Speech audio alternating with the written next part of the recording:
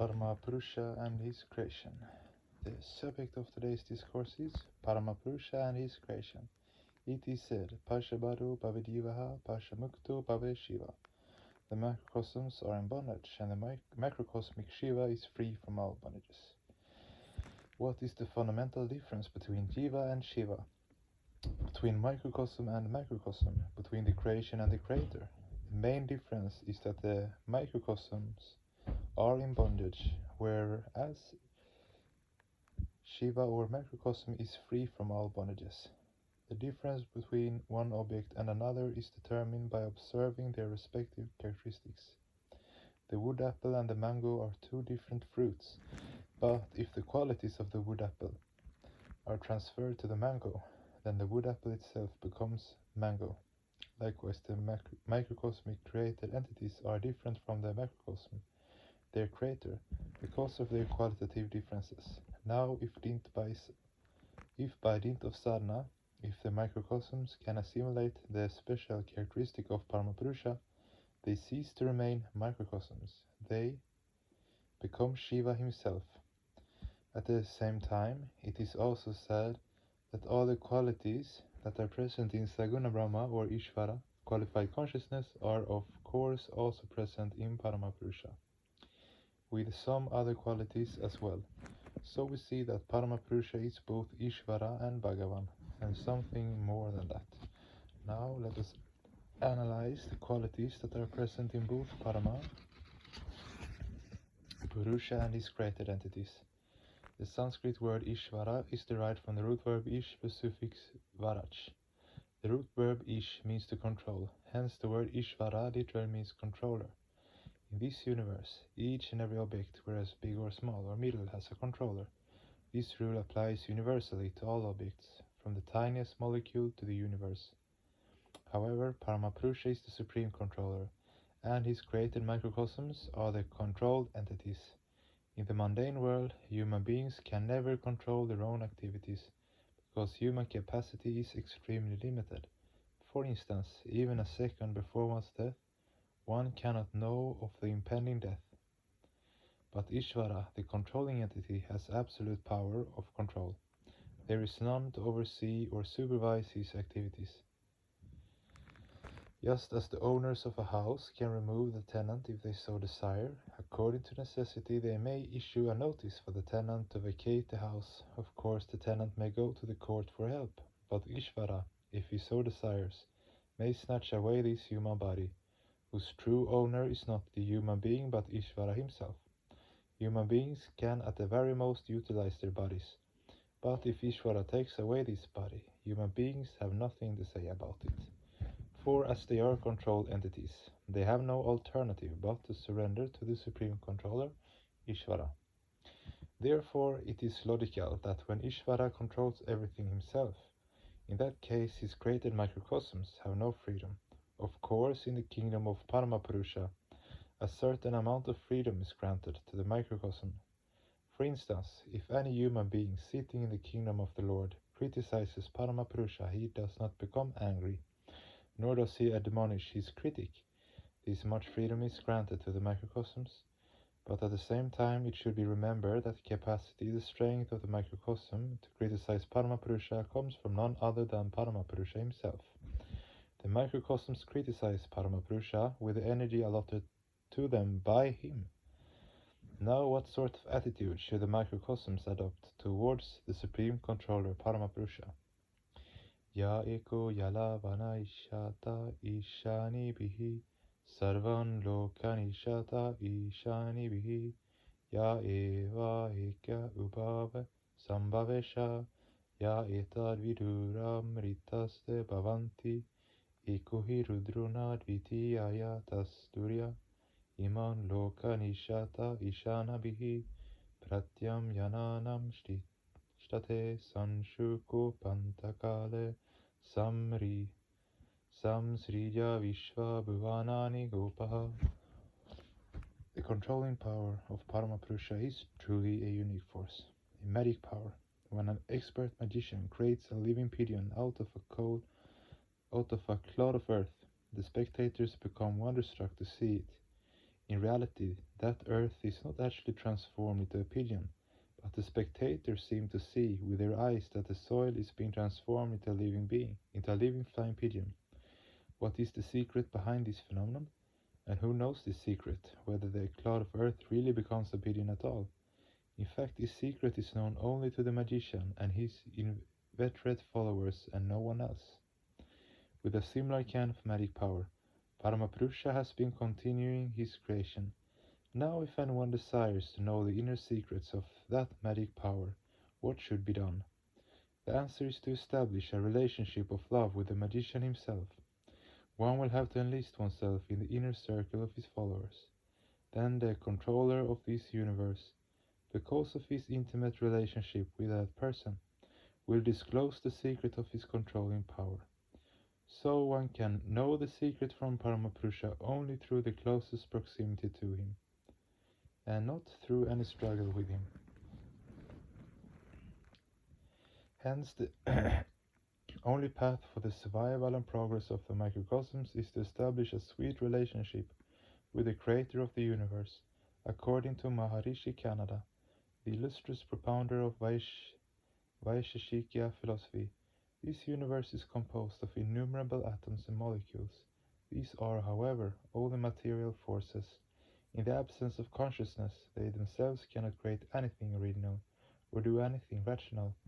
If the responsibility of all the actions of this universe had been left to the atoms, molecules, protons, electrons, positrons, etc., then there would be clash at every moment, and in that case, this vast, beautiful and harmonious universe where everything is moving according to a particular system would not have existed at all. According to Canada, those material forces are undoubtedly the primary causes, but they cannot control themselves. They are controlled by the cognitive force, the knowing faculty, which is none other than Ishvara. Such a blind material force cannot create this vast, well-ordered universe. So, in order to transcend the crudity of this material universe, there is no other way for human beings except to surrender to the cognitive principle. And the sooner the human beings thus surrender, the better it will be, for the speed of their progress will be accelerated.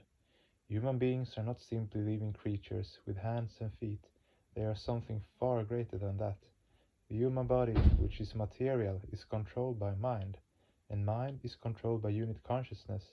A unit consciousness is controlled by Paramapurusha. Hence, truly intelligent people should perform their mundane duties according to the will of Paramapurusha.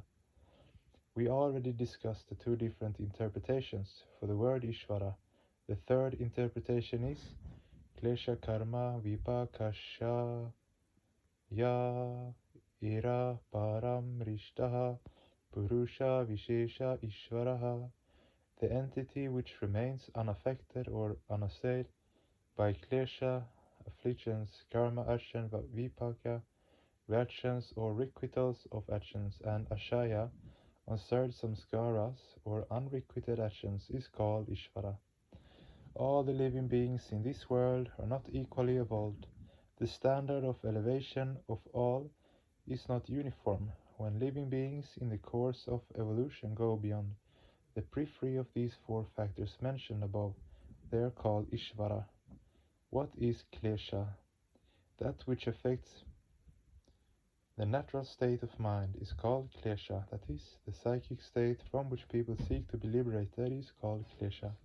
No one wants his or her natural state of mind to be impaired. Suppose in a certain place there is something decomposed from which a false stench is emanating. Whenever one thinks of that, one's natural mental state is disturbed. One cannot remain mentally balanced. Obviously, people want to avoid such an uncongenial atmosphere. Conversely, where there is a fragrant odor, the mind rushes there and it becomes pleasurably balanced. When people light fragrant incense before meditation, the same psychology prevails. The mind remains calm and quiet in a natural flow in such a congenial environment. All the living beings are affected or assailed by klesha. How many types of klesha are there? The four main types that people experience while performing their mundane duties are klishta vritti, aklishta vritti, klishta klishta vritti, and Aklishta klishta vritti. Klishta vritti. People sometimes, knowingly or unknowingly, do certain actions as a result of which they not only undergo difficulties at the time of action, but even after the action is finished, they suffer the negative consequences of their undesirable actions. Suppose in a certain place people are competing with one another to determine which one of them can consume 5 kilos of rasagolas, sweetmeats, while they are eating the 5 kilos of rasagolas. They certainly do not feel comfortable. Although they have no real inclination to eat and find it difficult to do so, they force themselves out of competitive spirit just to win the prize. So they suffer at the time of eating, and afterwards they certainly suffer from digestive trouble. This is an example of Klishtavriti. Goaded by this Klishtavriti, human beings do many actions in this world. It affects all living beings except Ishvara. Klishtavriti. Suppose someone is doing a good action, and in the process undergoes some hardship, while at the same time his friends are deriving material benefits from their actions. Perhaps some of them have already purchased several luxurious buildings, whereas he is living in a dilapidated tenement. Okay. He undergoes hardship in the beginning, but what is the ultimate result? It is aklishta, not painful. Perhaps while living an honest life, people may face some difficulties, but as they lead pious lives, their death becomes glorious. So, initially, their actions is klishta or painful, but ultimately it becomes aklishta or non-painful. This klishta vritti also affects living beings, but not Ishvara. Aklishta vritti is that action which is not painful at the beginning, but which is ultimately painful. Suppose four passengers, A, B, C, and D, are going to Bombay from Nagpur. The first three are traveling without tickets, and that too in the first class compartment. But passenger D is traveling second class, and the train is overcrowded and painfully cramped. So for passenger D, the train journey is certainly painful, aklishta, but for passengers A, B, and C, the journey is quite pleasurable, aklishta, because they are traveling in the comfort of first class, without spending a farthing for tickets. Now at a certain railway junction, the inspector boards the train and arrests passengers A, B, and C for ticketless travel. They are dragged to the police station in humiliation, bound in chains. But as passenger D was traveling with a bona fide ticket, he exited triumphantly from the compartment. Thus, although for him the journey was painful, ultimately it became non-painful, aklishta. This vritti also affects living beings, but not Paramapurusha. Finally, aklishta vritti is that action which is neither painful in the beginning nor painful in the end. This vritti may be present both in living beings and in Paramapurusha. It is part of Paramapurusha's characteristic nature, and for living beings it is in their spiritual practice. In the spiritual sphere, human beings and Paramapurusha are in the same realm, and thus the more the human beings perform spiritual practice, the closer they come in contact with Paramapurusha, because then there remains only one common vritti for both them and him, aklishta vritti. Hence it is mentioned in the scriptures that in Paramapurusha there is not the slightest vestige of klesha. Where there is some expression both in the psychic and spiritual spheres, it is called krira. But Paramapurusha does not do anything in the physical sphere, because for him there is nothing external, everything is within him. For the microcosms, for the unit living beings, there are both external and internal psychic projections. If someone thinks about ghosts, even in broad daylight, one will definitely see those ghosts externally due to repeated internal psychic projection. On the contrary, a person who has never thought about ghosts will never see ghosts, even in the dead of night. In the process of constant brooding over ghosts, a major portion of the mind becomes concentrated and suspended in the object of the internal psychic projection. In that case, the entire personality of the individual concerned is disturbed. He or she starts thinking, I am the ghost, and act accordingly. The disease of hysteria is similar to this ghost phobia or ghost possession. Again, there are some people who sometimes experience spirit possession. Perhaps at night they feel possessed by the spirit of the goddess Kali or by Lord Shiva. These are all psychological phenomena. Hence this proves that for living beings there are both physical and psychic actions. They think of so many things, and what they think within they cannot speak out either due to the shame or fear of social criticism.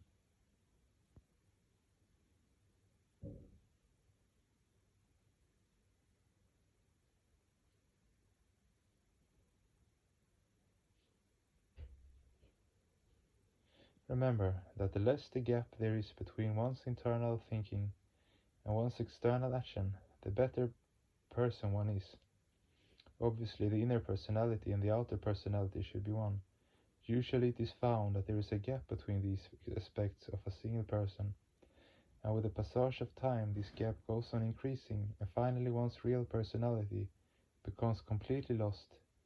This split personality is a great impediment to human progress. Do not allow such a thing to happen. Today's civilization is not a civilization in the true sense of the term. I urge society's thinkers to analyze this situation deeply. What is the major defect in our civilization? It is this very split personality. The inner personality and the outer personality differ, and that difference is gradually increasing. Such a split personality is rarely found among the rural masses. In Paramapurusha also such a defect cannot be found, because for him there is no difference between internal and external. For him everything is internal, nothing is external, everything is within, nothing is without. Thus from the actional point of view there is some difference between Jiva and Shiva, between Paramapurusha and his creation. Next come Vipaka. The word Vipaka is derived from V minus Pak plus gain. Vipaka literally means the reaction of an original action. Whenever a person does an original action, there is an equal and opposite reaction. But to state only this much is not enough. Sometimes more must be added, and that is, provided the three factors time, space, and person remains unchanged. If there is the slightest change in time, space, or person, the reaction will not be equal and opposite. It will be either slightly more or less. For example, suppose Mr. X borrowed the amount of rupees 2000 from Mr. Y one evening at 7:30 p.m. If Mr. X returns the amount the same day, he will not be requited to pay anything extra. But if he returns the amount the next day, then he will have to pay a certain amount as interest on the original amount, because there has been a lapse of time.